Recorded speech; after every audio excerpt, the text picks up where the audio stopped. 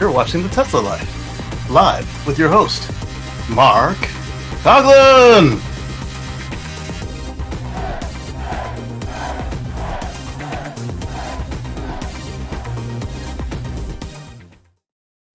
Hello, everyone, and welcome to the Tesla Live number 382 on the 23rd of October, 2024. And of course, today is earnings call day. So it just got over recently. And with me, as always, Mr. Casey Green joins us from the Mid-Atlantic. How are you today, sir? Doing okay. I managed to get the snack and do the intro and be back. He can do it all, folks. He can do it all. So I used to have this thing where they were doing the earnings call, and I would fade in and out during the call. And when they switched it to another day, it just got easier. And then today, it was back to usual. So I missed some chunks of it. Well, you're doing better than I. What has happened during the earnings call today? What were some of the points that you had heard about?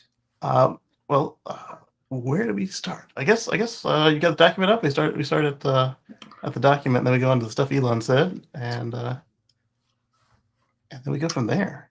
Okay, let's. I don't have a document ready. Do you have the document available to you? Under Twitter.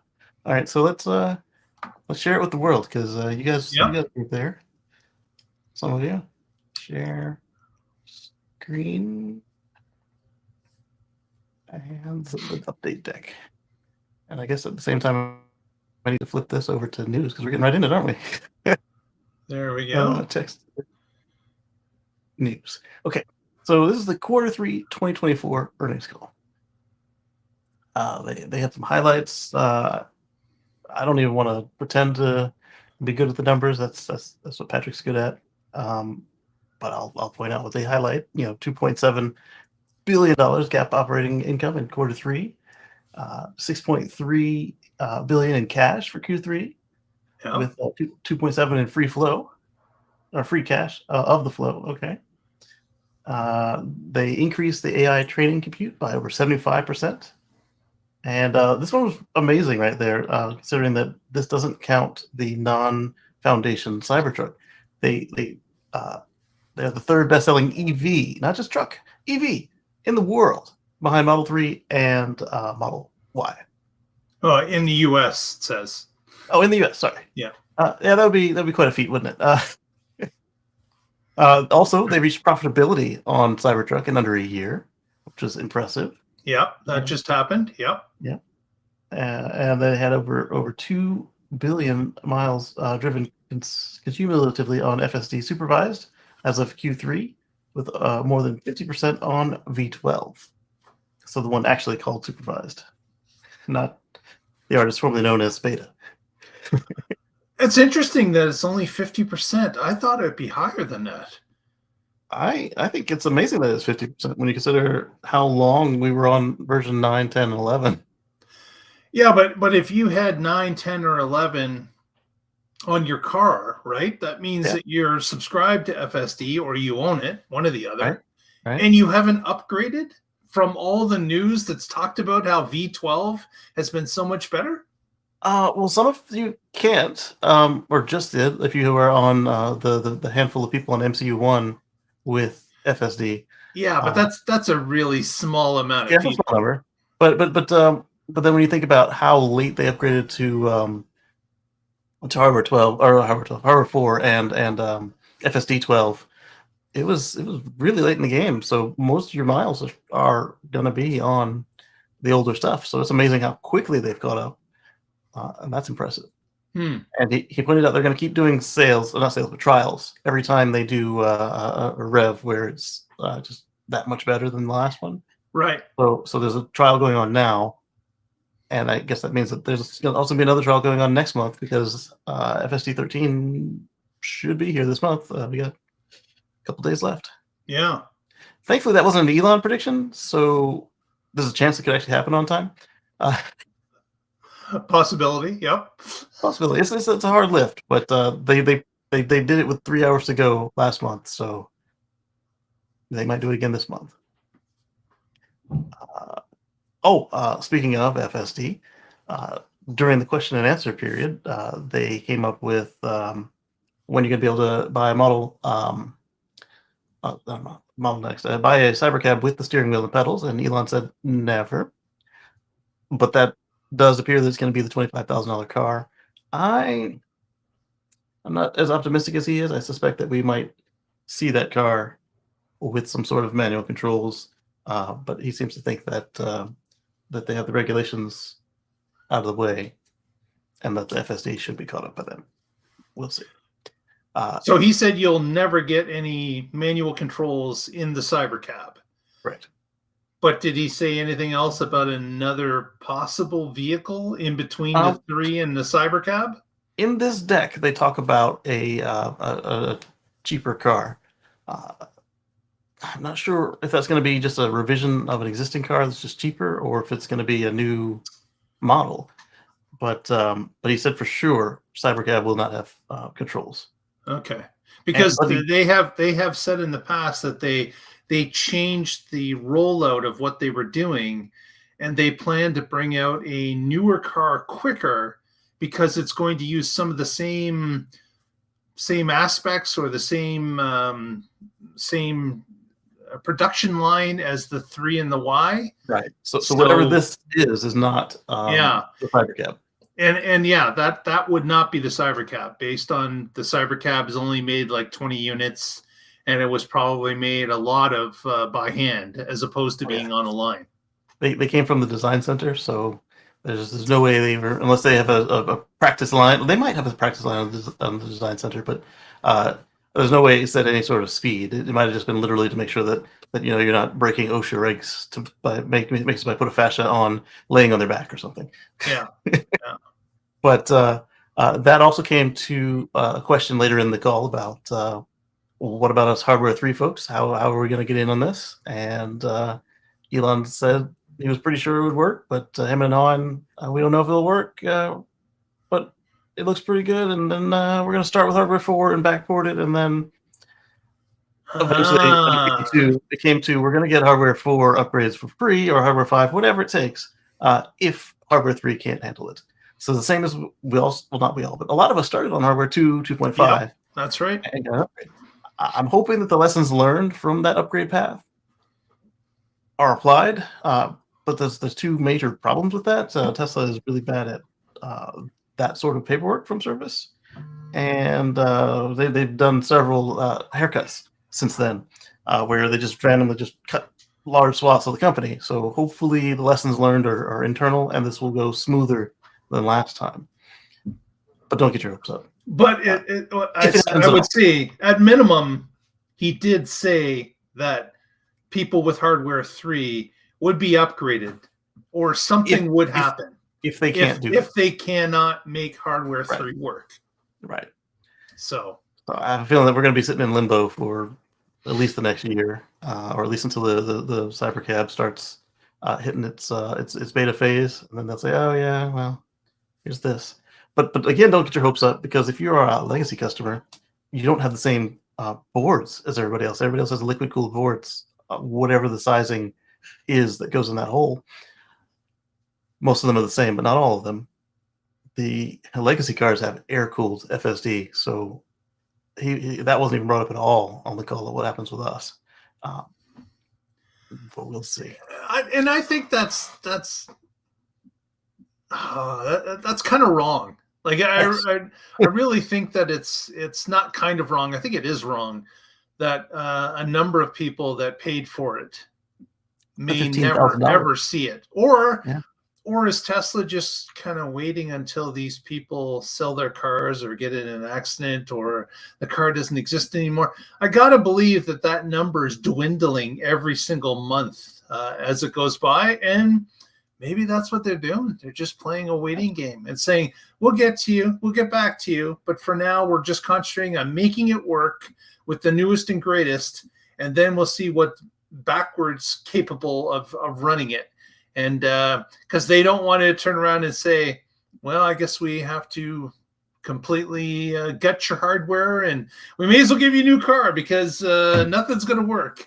Well, that's the beauty of the way that our cars are built. The Hardware 3 board is designed to be swapped in and out. The cameras are click and play, and then you got to calibrate them, of course. The hardest part of the cameras is the ones on the windshield, and that's just because they're adhered to it. Not that there's actually anything difficult about them other than that, the bonding to the glass. And then they've got cooling right there on the newer cars. An example of where this is probably going to go is if you look at the folks with MCU1 and their car shipped with Hardware 2, or maybe MCU1 and Hardware 2.5. I don't know that was a combo. I think when 2.5 came out, they also changed to MCU2. But so the Hardware 2 and 2.5, but you look at the cars that don't have MCU2, they're still supported, but man, they get the short end of the straw. We're talking like they've had, if you got in early enough before it stopped, you had 2 FSD builds for your car. If you didn't get in before then, you've never had FSD before this summer. Yeah. So and look at the comments. Cuber says, Mark, that is so cynical, but sounds possible. So, absolutely. So yeah. we will see if that is, maybe they're playing that game, and they don't want to say it early because of course a whole bunch of people may just hang on to those vehicles even longer. They really don't want to hang on to these cars. Yeah. So Tesla maybe is just hoping, oh man, I just hope that car gets in an accident and it's written off, and then it's another one off the books. Right. But yeah, we'll see. Or maybe they hope that they all come through Tesla, because if Tesla takes the FSD off, then maybe there's some clause that when they put them back on that they don't get the free upgrades anymore. Who knows? Yeah. But those of us that paid up front, or I think only those of us that paid up front got a promise from them about how they would do whatever it took, and then he just reiterated that. So, but there's so few of us. He can give us all new cars, and they'd still have profitable. Don't expect it, but it could be done. And man, and ultimately that may be the cheaper route. We don't know. It'd be less stressful on the service department, that is for sure. When you talk about, oh man, they're gonna have to unbond it from the windshield, and if it needs the new cameras, if it just needs a new computer, then but that's something they'll have to test as well. That's right. Can you work with the old cameras? I am sure there are a number of old-time Tesla employees that are just shaking their head going, this is not going to work. With old and new hardware rolled together, trying to make it all work, this is just going to be a nightmare. The other thing to look at there, though, is it quicker to unbond the camera from the glass, or just kick the windshield out and then put a new one in? Yeah. A new camera than that. Exactly. And then don't forget the Model X, until the Cybertruck came out, had the largest consumer windshield in automotive. So those are big, heavy, and expensive. Yes, indeed. They check all the boxes. Absolutely. So the energy business is doing gangbusters. They kicked out 200 megapacks out of Lathrop in 1 week, or at a 1 week rate, I suppose. Powerwall 3 is on a roll. We're going to scroll right past these numbers because I did not dig into any of them, and I don't want to lead you astray other than the ones they point out here. Growth in vehicle deliveries, growth in energy generation, storage, and services, higher FSD revenue, but that's kind of easy because FSD is being better and better. Yeah. And then, of course, as they get more of the stuff checked off on their boxes, then that releases more money that they already had. Yep. I wonder if they get all the money if, like you said, if the car disappears. It's not going to happen. Here's the rest of the money. Yeah, I would think so, because car ain't coming back. If it's written off, or if it's gone for whatever reason, if it's off the books, yeah, they get all the money then at that point, because the car ain't coming back. Yeah, or if you trade in FSD, it's in a different bucket. Or if you trade in the car and don't, if they trade it into Tesla, they're saying that's great. Let's take FSD off of this. This one's done.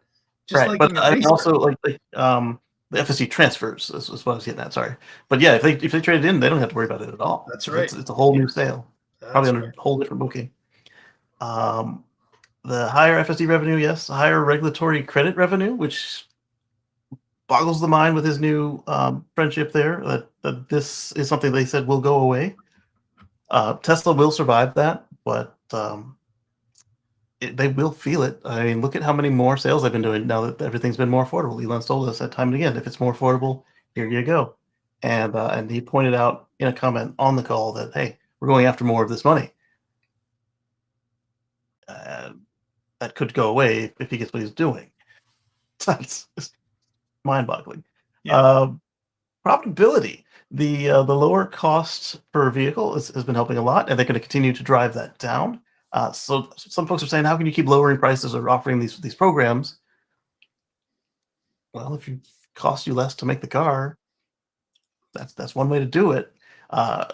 Some of the other stuff that people suggest that they do, like overnight test drives or advertising places that people will see it, they might be cheaper and have a bigger bump, but they do them, right? Growth in energy storage and other services. We talked about FSD already. Higher regulatory credits, a decrease in operating expenses, including cost reduction efforts. The service center I went to last doesn't have anything but water and coffee now. That was something I noticed. Well, that's certainly outside of the water and coffee. The reduction in expenses. I'm just saying it's that level of, hey, we're going to cut out whatever we can cut out. It's just an ongoing thing, right? Like the But bean counters are constantly looking at what we're spending per month, per week, per day, what region spends the most. How come region B is spending a lot more than region A? And they dig into it and find out, oh, they're doing something a little bit different here. So let's implement that and lower the costs across all the regions. So that is something that brings money in. It's just ongoing. It's a never stopping quest to get more efficient, more streamlined. That it is. Then they just throw in spaghetti at the wall too. So some stuff gets unwound rather quickly. Some stuff they try it for way too long and then they pull it back. Other times it's like, hey, that's a hit. Nobody even noticed that we don't have juice anymore. It's just water and coffee. Not that I drank the juice, but just an example. More numbers. These numbers are cool right here. Did Cybertruck always say greater than 125 or no? I don't believe so. No, I think that's a new number. Yeah, I think I want to say it was either the sign was pointing the other way, like less than 125, or it was closer to 100K. But I don't just memorize that number. It just feels and looks different. Model Y at Texas greater than 250. That's been there. Berlin, I think that number changed too. They're greater than 375 on Model Y. Yep. And then the Shanghai Model Y has definitely changed. It's greater than 950. That's gonna be 1 million from the one plant. Yeah, that's well on its way to crossing the million mark. Absolutely. Speaking of million, the 7 millionth vehicle was built out of Fremont. Shanghai had a milestone, and I think Austin had a milestone. That was pretty cool. Supercharger network had a milestone. 60,000th charger installed in Japan. Right next to Japan's number 600. Number right? 600. Yes. So, Japan had a milestone, and then the world had a milestone, and they're right next to each other. That's right.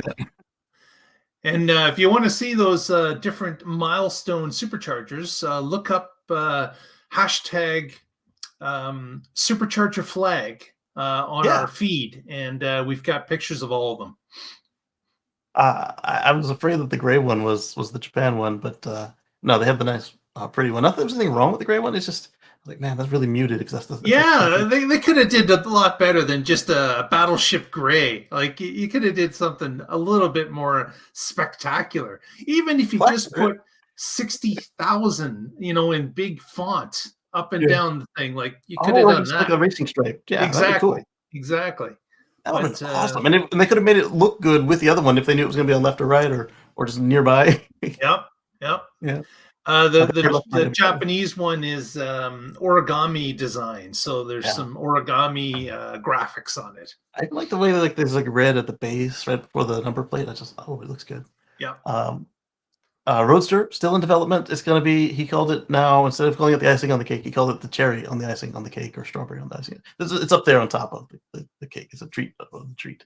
So if you put down 50,000 or 250,000 on a Roadster, keep on waiting. If you got one for free, you got it for free. So keep on waiting. It still sucks. It still sucks, but it doesn't suck as much as if you had access to 250,000 to put somewhere else. Exactly.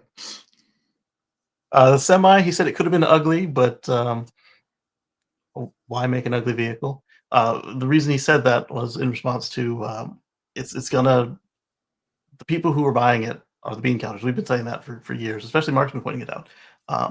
They don't care what it looks like. They only care if it's safe and if it makes them money, and maybe not in that order.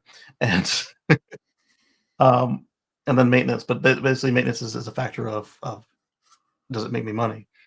And you can get around to all of it. Say it needs extensive overhauls every 3,000 miles or something like that. If it's planned and you know what it is, and it still makes you money, you could work around that. And so that's why he's saying it could be ugly. And they're shooting for a tremendous amount of those. They should be ready to go next year for the production, but they're in pilot development right now, according to this chart. They showed off later in this document. They showed off the picture of the update of the plant, which is pretty cool. Yep. And I'm curious where those other models are going to go at this point, or are they going to replace something that's already on the chart? That's just me speculating. I'm sorry. Let me see where the sales are being made. And that's what Mark was talking about with the FSD miles right here. So the 12 is in red, and overall is the whole chart. And so you can see it slightly start to taper in because it took forever at the end of that year, or I guess in the middle of that year to get it to us this year. And then it went super wide, which is real fast. Talking about artificial intelligence, talking about the 12.5 series of FSD Supervised came out, and actually Smart Summon came out. I still see the difference. They talked about a 5x parameter count increase, and the vehicle software. They talked about the updates we got, like Spotify and YouTube Music, Apple Music, that sort of thing. The battery division is just doing gangbusters. They reinforce that they're going to continue to buy other people's stuff, and a lot of it because they need more. They're aiming for terawatt hours of production at some point down the line, but they're approaching a certain amount of gigawatt hours next year. He said the number, but again, I was not doing so well at the listening. 4680, 100 millionth, 4680 was just a little bit back, not that long ago. And they continue to progress on the dry cathode. Energy storage, services, services and other businesses recorded a gross profit in Q3 of over 90% year on year. And sequential growth profit was driven mostly by high gross profit generation from supercharging. Okay, so that's how. Supercharging is other. Not like us supercharging, but like them offering to the rest of the world supercharging. That's cool. They say they have enough cash, unless something really bad happens. They have enough cash, and they've got. He said 20 to 30% growth next year over this year, barring any catastrophic events like another ship just blocking the canals for months or global pandemic, major events like that.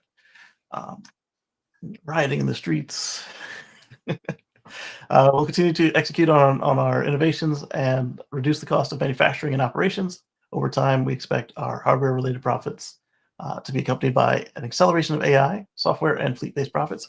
They pointed out how Optimus was walking amongst the crowd. It wasn't a video, and it wasn't like paid actors sort of situation, and that they didn't bring up the one that fell, the Optimus that fell after it got caught in a handbag, and they did point out that there was no problems with the cars. He pushed it back to the full round number, despite the fact that the autopilot boss had it at the odd number. I'm guessing what's happening there is Elon counted the one that was parked and static with the doors open all night.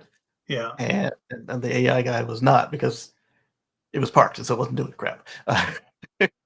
Yeah. But so Elon rounded it up to 50 cars, what was it, 20 cabs and 30 Model Ys. That's doing right. thousands of miles that night, thousands of rides that night, sorry, or thousands of people. He said thousands and he stumbled on it. That was awkward for me. Like, which one is he trying to get out there? What is he trying to say? But there were thousands that night of something. Yeah. Photos and charts. Let's look at the photos. They're pretty. Got a Cybercab all wide open, ready for a trip. Although I don't know why the trunk is open without the people there, because it didn't look like it had a power trunk, did it? I don't recall. I've never seen somebody actually open it. That's true too. I've seen people like accessing it, but I've never seen anybody really and truly open it, have I? But at the same time, there would have to be power though, because why would they go back and who's going to close it if the person doesn't close it correctly? It's a lot harder or a lot easier to do than somebody closing the door wrong, and the door is already powered. Yeah. Look at that trunk; it's just massive. I think it's effectively the size of the cabin. It's got a weird slope on it though. You get some luggage in there. No frunk though. And whatever they call this van or bus. Robovin. I mean, I'll wait till they pick a name. They're all over the map on it. They got like 3 different trademarks and pronunciations. I want this thing to be real, and I hope that that it's the case of under promise and over deliver, because that will be fun. I want to own a gigantic EV that looks like that. I don't remember. Did they touch on wireless charging, or was I awake for that? Not during the actual show. No, they just talked about it. I mean, on the call. Yeah. Since just before the call, they released a video about, or an update. Who was it? It was one of the YouTube commentators was saying that 75% is probably the efficiency of the charge. And they responded back, Marcus Brown, yes, had said that. MKHV, yeah. And they replied back immediately and said it's over 90%. Exactly, and that was from the official Tesla account, not one of the employees. It was because there were speculations about charging it 25 kilowatt hours. Is that going to charge it quick enough? Is that going to make sense? Does it still need to be able to supercharge if it's going to be a cab? So we don't have a lot of information on it, but Tesla is obviously saying with the size of the battery and their 90% efficiency, they believe that it can do just fine with the smaller battery and the inductive charging. Definitely. I'm hoping that is the AC charging. I mean, it's going to be AC, but hopefully that's like the home charging at 25 and a really nice beefy breaker. And that we'll still see some sort of supercharging on this thing, because we saw earlier this year, I know we showed it on the chatting, but did we show it on here where DOE demonstrated wireless charging at over 150 kilowatts twice this year? Once with a partner company and then once by themselves, just like in the lab. Yeah, I don't think we showed it here. Okay, one of them was pushing 200 kilowatts, and one was definitely easily 150, like on the Gen 2 and a half.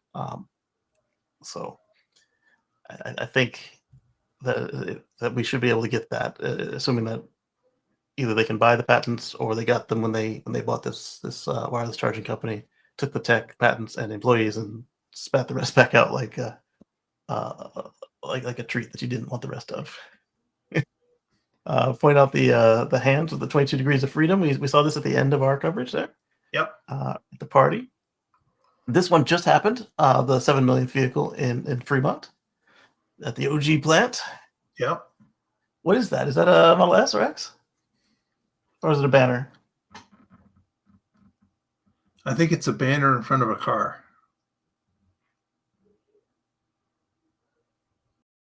It could be a 3. It's either a 3 or an S, based on... Well, no, these guys are pretty tall. It could be an X still. But it doesn't look like an X at all. That might be the S line, though. All right, so back on track. Sorry about that. Powerwall 3 is available now. And I think it's pretty awesome because you get the inverter. It's got so much like oomph behind it to just run your whole house on one of them. Not for long, but like you don't need the extra inverters to like if you need the extra storage, you don't need the extra inverters. You can just stack 4 of them together with only one brain, basically. Or you can get 4 brains and 4 stacks if you have like the kind of mansions that Elon used to own before he got in trouble with his kid. Here's the semi factory. Okay, so this makes more sense now, because when they were showing it to us and demonstrating it and saying that it was going to be basically a part of finishing of Giga 1, Giga Nevada, then they later on started showing it looking like really far away. That's not that far away. You can still see it. You can see it. Yeah. This makes more sense. So they technically be on the same site, but this is, if that's the case, then this is just like next door or 3 doors down. It'll be fine. That'll also help with logistics, because then one facility can do both rather than having to duplicate that effort, because that would be a great savings right there. Talking about saving money. More charts and more numbers. Again, we'll let Patrick get into that, because I didn't. So onto some questions and stuff that Elon was asked during the show, during the earnings call. He did talk about Tesla relying on battery suppliers, as he talked about the 4680 is rapidly approaching the point where it's pretty well competitive with all cells on the market. Yeah. So that's good to hear. They're getting close to the dry cathode. They're trying to put that into production. So there are this iteration of the 4680, even though they are using it in the Cybertruck, it sounds like they're trying to get it dialed in so they can produce faster and becomes more efficient, and therefore becomes less costly to build. Yeah. He also said that they're the only, I don't know if this was on the call or if he said that elsewhere, that they're the only profitable electric car company. I think that was online. He might have said that, or it might have been early in the call. And that drew some contention. They said, does Elon not know if BYD or a supplier of theirs? But then the contention was, is BYD actually profitable, or are they not? Yeah, how much money are they taking out of their ICE engine division to say they're profitable? Right. And then they're probably looking at, if the company just sells EVs, are they profitable? Yeah. And then he also mentioned the legacies here and around the rest of the world.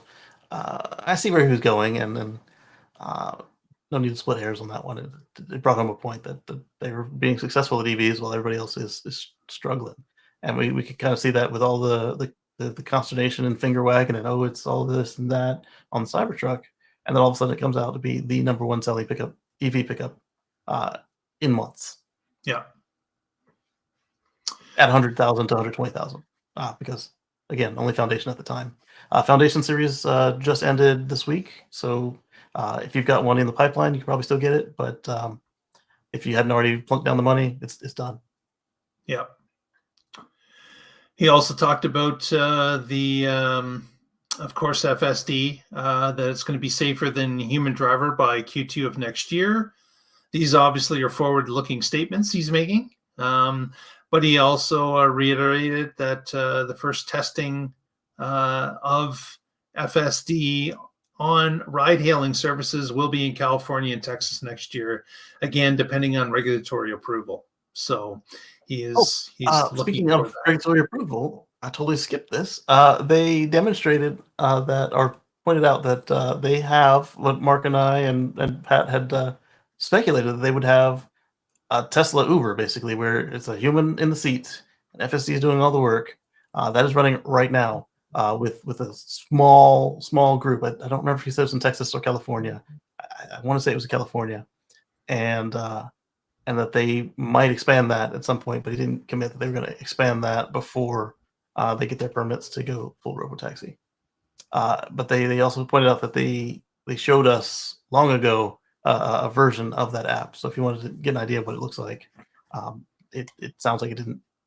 I mean, it probably got the updated visuals as they've updated the visuals for the rest of the app over the years, but the structure is probably identical. He talked about, of course, Optimus, talked about the program progressing, talked about that he believes that, of course, it's going to be a huge part of Tesla's future. that it'll even at some point outweigh the cars. Because of course they believe that the Optimus will eventually be able to alleviate work that doesn't want to be done. Everyone's going to want one or possibly two or more, even as individuals, as opposed to companies, which will want them as well. Man, I could find something for 5 of them to do. Exactly. And then we got some investor questions. What was that? They talked about the Cybercab initially being $25,000, but it's not, again, manually driven, as Casey has mentioned. There will be no manually driven car. This coming from an investor question. And the 25 was counting incentives again. So again, more weirdness. On this, Derek asks, will the pad rise up and touch the car? I don't think so, because that adds cost, complexity, and things to break. Maybe the car will lower down, but that only works for, that we know of, SX Cybertruck, and that's it. And it's hard to know. It's hard to know how that's going to be 90% efficient if it doesn't and not move. Come in close contact with both sensors. So again, we'll have to see as that comes along. But I guess you could have the rear squat without air suspension. Like there's a way to do it, but I don't know if that's the most elegant way to do it. Yeah.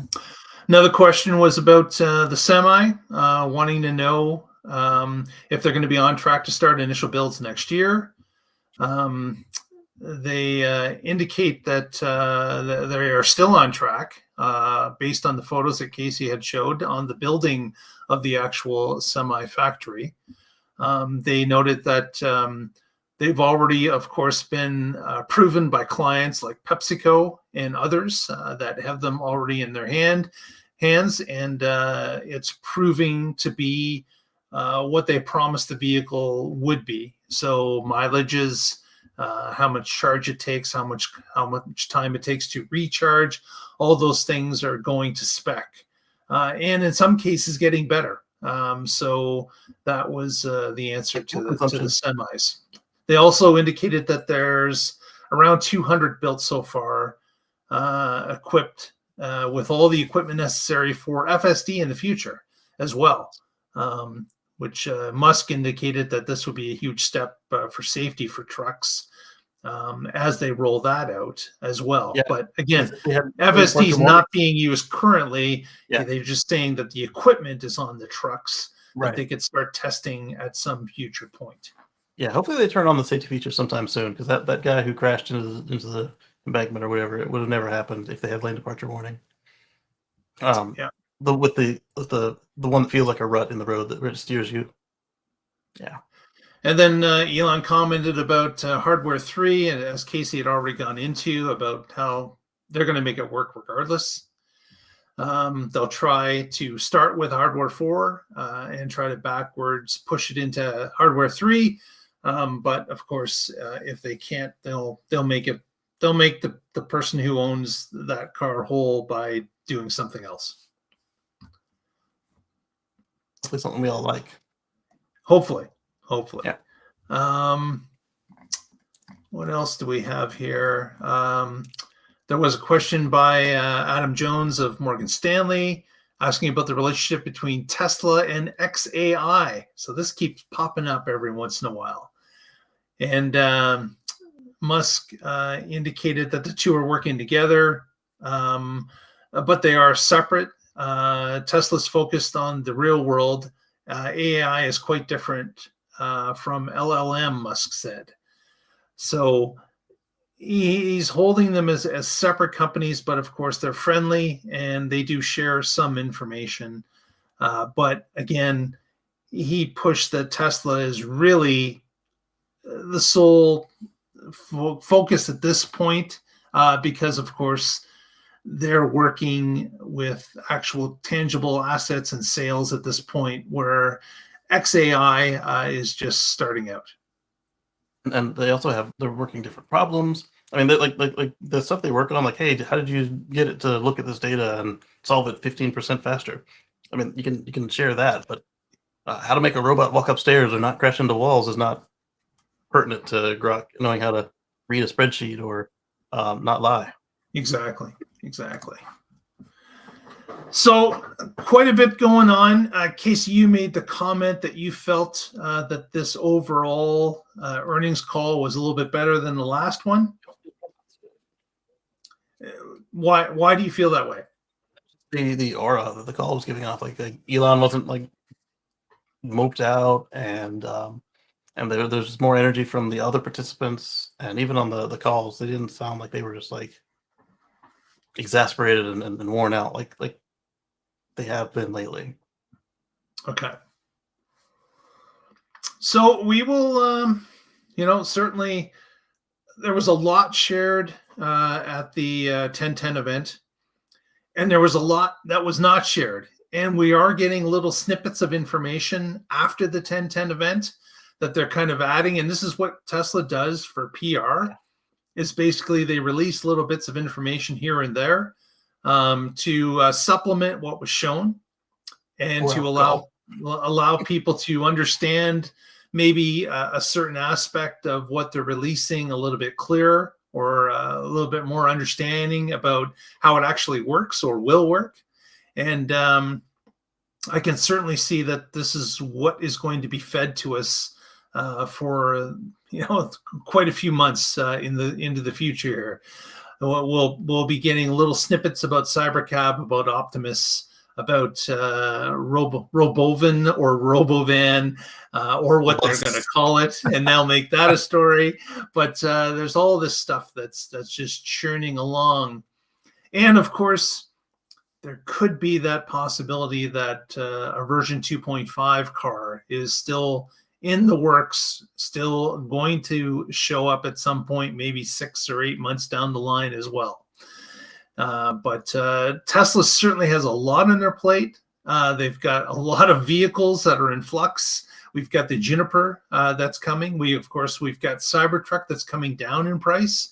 We've got FSD that is really one of the main focuses of the company overall.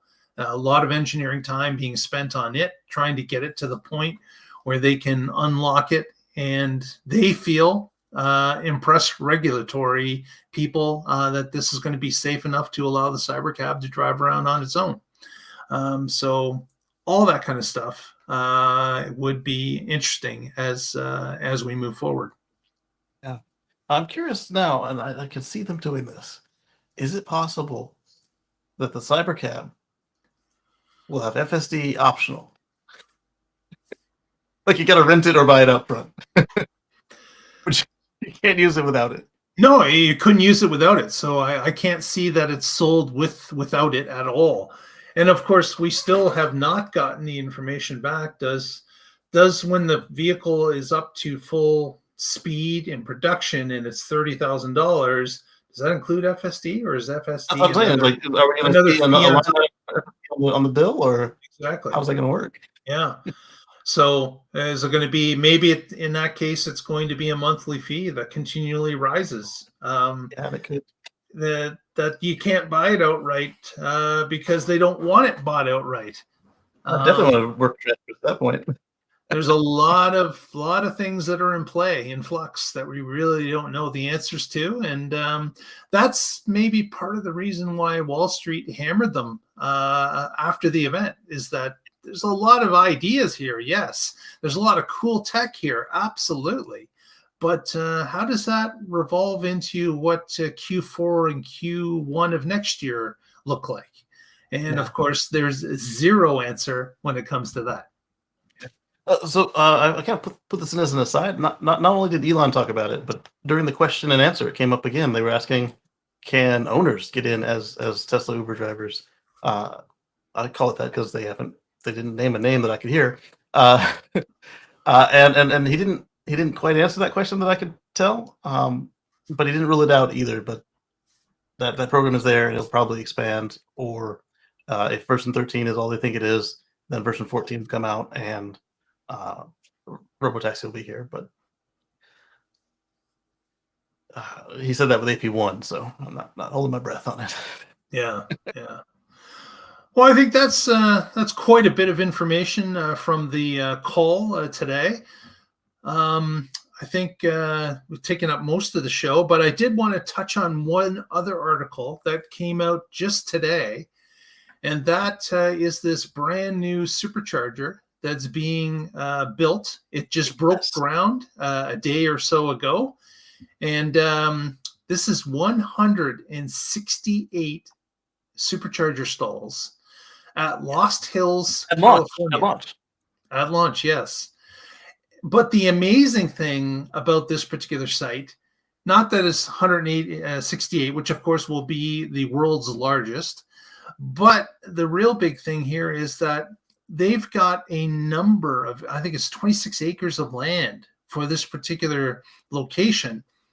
And you may ask, what are you doing with 26 acres of land? Well, they're actually installing a solar panel system on the land. Their pipe, their connection to the grid is too small. They only got 1.5 megawatts. Yep. So go ahead and tell them what's so cool about the solar, because it's not just the solar canopies, but it's so pretty like we see at the other sites. But it's another baked in part of the Tesla world, which of course is Megapacks. So the plan is to actually pair up the solar with Megapacks and to be able to supplement the grid's 1.5 to push it higher so that the 168 can be used on a regular basis. And of course, Lost Hills, California, if you're not familiar with the geography, is in that crucial Interstate 5 area that's in between LA and San Francisco, where so many of the bigger superchargers already exist.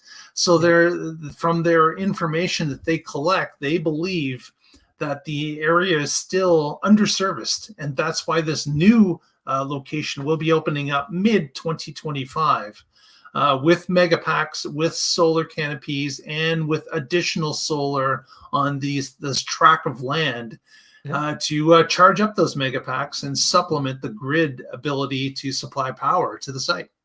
How much solar? 11 megawatts.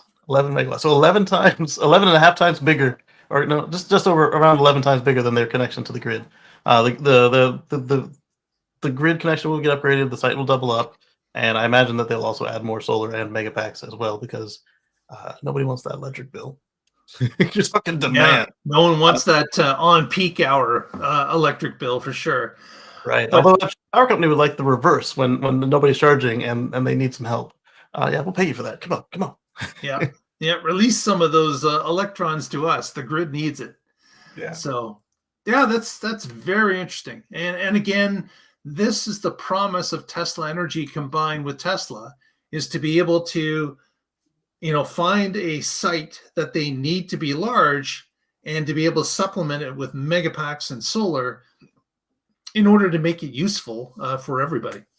Yeah, there's a charging hub near the port. Actually, two charging hubs near two ports out that way as well. That went for the same strategy. They said that they had 100 and some odd megawatts of charging, but they don't have 100 megawatts of grid connection. They didn't say they're going to use batteries. They made it seem more like they were going to just like overnight charge these drayage semis. But then the other site is actually more of what you'd expect, where every vehicle can come in and charge with their connection. But that 1.5 megawatts made me think of that because, one, it's smaller than the truck site, but also Tesla said up front that we're going to have a solution to this, whereas the truck, hey, look at all these parking spots. And then no way to mention if you're going to be able to charge all those trucks at the same time or not. And Derek in the chat has asked Las Cruces, California. Derek, are you referring to where this new site is being built? Lost Hills, California is what was in the press release. You being from California, Derek, you should know more than I on that geography. So California. I know nothing. Again, it's on the Interstate 5, and it's about halfway between LA and San Francisco. Firebaugh and others are along that road as well. So, yeah. My excuse is I left at 3. So yeah, that's fantastic news, and hopefully, again, where it makes sense, Tesla will be able to add these, and of course, this is going to add to their white paper of how these sites can work, how much power they draw, how much it's going to cost to put it in play. Obviously, you're not going to get Joe's convenience store asking for a Megapack and a bunch of solar panels to light up his particular, 8 or 12 stalls. That's not going to happen. But this is the promise of being able to serve an underserved area that couldn't typically handle it on its own, and to be able to build an electronic oasis that could actually take in enough power through solar and megapacks to supplement what power is available on site. And who knows, this site may be an ideal candidate to maybe put in charging for the actual semi too. Who knows? Highway 5 is a prime location. They have a number of towing friendly sites for Cybertruck and Model X, and those of you that try it with Model Y, you just pull in, supercharge, and leave without having to unplug. And Wes, I think Wes pointed it out that yes, they're going to do that, and they talked about how the experience was to develop. And they even mentioned that they were working on a queuing system, like we've discussed on here before as well. But they said it was very hard, and they figured that rather than actually get the queuing system in place and have people have a bad experience with it, that they would rather just put more stalls, because that is an easier solution for them. We'll see how that goes. Yeah, it's interesting that they actually, I've got a photo of the artist rendering that we can display here. Let's take a look at that. And let's just share that photo. And while I had my audio assault there, I forgot what I was actually trying to say. So there we are. As mentioned, there's the pull-in stalls that Casey mentioned, showing a Cybertruck with a Cyber trailer. Yeah. Pulled in, and of course all the stalls, or vast majority of them, are covered in solar panels for shade as well, and then you can see in the distance the extra amount of room for the big array that's pushed out a little bit further. Yeah, I remember what I was going to say now. You mentioned Joe's Convenience Jack. I would like to see the power packs come back, because not everybody has $1 million to drop on a Megapack. Yeah, but if they could maybe just tie 2 of the Powerwall 3s together with a couple of the extra battery packs and put them in on a pallet, I think that would be a product worth selling. So hey, you got a Walmart, here you go. You can run your whole Walmart off of this. You don't need a Megapack for this one site. Okay, maybe that you need 2 of those. So yeah, look at a mini Megapack, but something smaller like Joe's Shack. You can run this all week. You get the auto bidder. We'll take 30%, 20%, whatever. Yeah, and I think that'd be win-win. Or let you blast past that 4 Powerwall limit and just have 8 of them or something. I don't know. Yeah, so it's something for them to think about, and of course it becomes a question of is it profitable for them? But if they can put them in some sort of logical order, that if you have 2 or 3 pack system, that it would serve a purpose for a smaller location, that would make a lot of sense for them to do so. Exactly. Yeah, because not everybody's got $1 million. That's absolutely true. Absolutely true. Well, I think with that, Casey, we will wrap it up for this week. Any shout outs for the folks out there? Yeah, 2 days. Catch us right here at the Tesla Life Show, and you can catch us for the Tesla Life Express .1. And then on Sunday, go over here to youtube.com/KCGreen, and then we can do Let's Chat with Casey and Friends. And then back here again on Monday for the Tesla Life Express .2. Absolutely. And if you haven't already, please give us a thumbs up on the video, press that subscribe button, help us out. And through the week, if you want to be connected to what we're seeing and reporting upon, please follow us on our X feed at The Tesla Life or our Facebook feed, The Tesla Life #1. And there you can see our updates throughout the week and in between shows. Yeah, and head on over to carswithcords.net to find out about our future free from fossil fuels. That's right. Hopefully, Patrick will be putting up a new blog for us shortly to check out what he's thinking about. But speaking of blogs, for those of you who want to hear it in the car and don't have YouTube Music in the car for whatever reason, because YouTube Music has the podcast app, and we've got these all in the YouTube podcast now. At some point, I've turned most of the old episodes into MP3s, and I just got to get them up on my revamped website. And then, so if you are already subscribed in your car in the other program or in your portable device, you might all of a sudden get like 90 new episodes. You might go from whatever we were on to yesterday. Just like that. Boom, 150 episodes right up in your face immediately. A lot of binging have to go on to get through that mess for sure. Yeah. Want to also thank Lee Moon for the music we use every week. And with that, I think we will roll the music on our way out. So thanks, everyone. Thanks for joining us. We'll talk to you soon on The Tesla Life.